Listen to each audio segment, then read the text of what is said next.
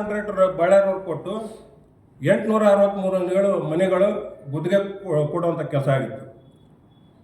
ಆ ಕಾಂಟ್ರಾಕ್ಟರ್ ಏನು ಮಾಡಿದಂದ್ರೆ ಮತ್ತು ಗದಗಲ್ಲಿ ಬೇರೆ ಬೇರೆ ಸ್ಲಮ್ಗಳು ಹಂಚಿಕೆ ಮಾಡಿ ಅವ್ರಿಗೆ ಸಬ್ ಕಾಂಟ್ರಾಕ್ಟರ್ ಕೊಡುವಂಥ ಕೆಲಸ ಆ ಒಂದು ಕಾಂಟ್ರಾಕ್ಟರಿಂದ ಆಯಿತು.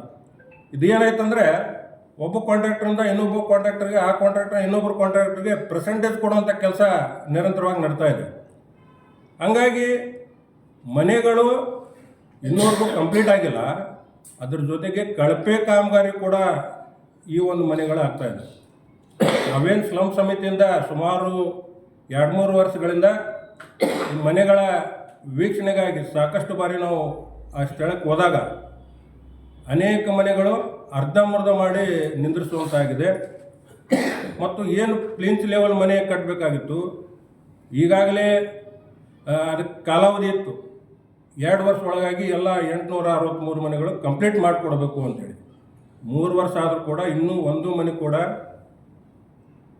ಕಂಪ್ಲೀಟ್ ಆಗಿಲ್ಲ.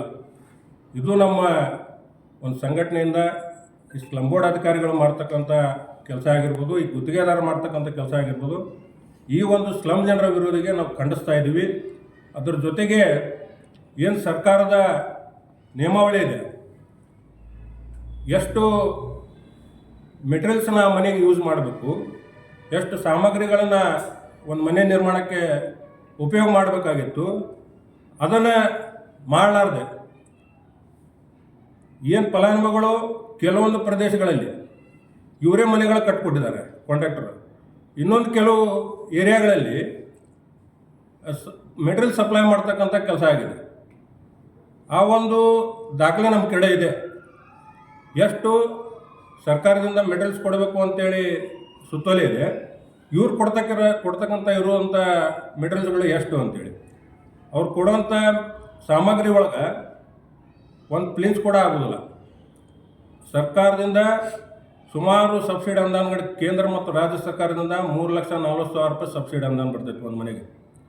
ಅದ್ರ ಜೊತೆಗೆ ಫಲಾನುಭವಿಗಳು ಜನರಲ್ ಇದ್ದರೆ 97,500 ರೂಪಾಯಿ ಕಟ್ಟಬೇಕು, SC ST ಇದ್ದರೆ 65,000 ರೂಪಾಯಿ ಕಟ್ಟಬೇಕಾಗುತ್ತೆ.